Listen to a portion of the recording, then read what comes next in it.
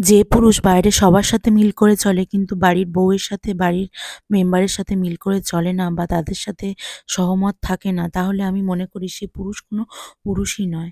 আমাদের বাড়িতে এমন একটা ঘটনা ঘটেছে যেটা আমি নিজেও দেখি এবং মানে আমাদের বাড়ি বলা ভুল, একদম পাশের বাড়ি।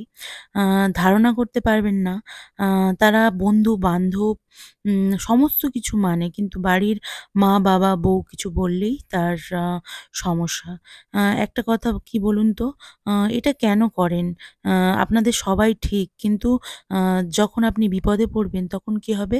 তখন কিন্তু বাড়ির মানুষ বা পাশের আ মানুষটাই কিন্তু পাশে সবার আগে দাঁড়াবে। সে আপনার বাবা-মা হোক, স্ত্রী হোক এবং ভাই হোক। সুতরাং আপনারা কেন আ বাইরে বন্ধু-বান্ধব নিয়ে ব্যস্ত, বাড়ির মানুষকে সময় দেন না, তাদের কথা কিছু বললেই খারাপ লেগে যায়। তো কল্পনার দুনিয়াটা এতটাই খারাপ যে আপনারা ধারণা করতে পারবেন না। মানুষ কল্পনার জগতে থাকলে নিজের বাস্তবটা যে কতটা খারাপ করে ফেলে সেটা সেই মানুষটা জানতেই পারে না। আমি একটাই কথা বলতে চাই, একজন গৃহবধূ হয়ে আমার হাসব্যান্ড কিন্তু কখনোই আমাকে অবহেলা করে না এবং আমি মোটা বলে কখনোই আমাকে ছোট বড় কথা বলে না। সে এটাই বলে যে, "তুমি যেটাতে সুস্থ থাকবে, ভালো থাকবে তুমি সেটা করো।" স অ্যাকচুয়ালি কি বলুন তো, লাইফে স্যাটিসফাই হওয়া খুব দরকার আছে।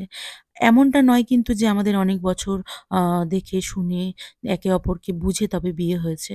এমনটা কিন্তু একদমই নয়। দেখে শুনে খুব কম সময়ের মধ্যেই আমাদের ১ সপ্তাহের মধ্যে কথা হয়েছে, ১ সপ্তাহের মধ্যে বিয়ে হয়েছে। কিন্তু ভাবতে পারবেন না মানুষ কতটা সাপোর্টিভ হতে পারে, আ এবং আ বাড়ির লোককে কতটা ইম্পোর্টেন্স দেয় আমাদের, আ মানে বাড়িতে আমার হাসব্যান্ড।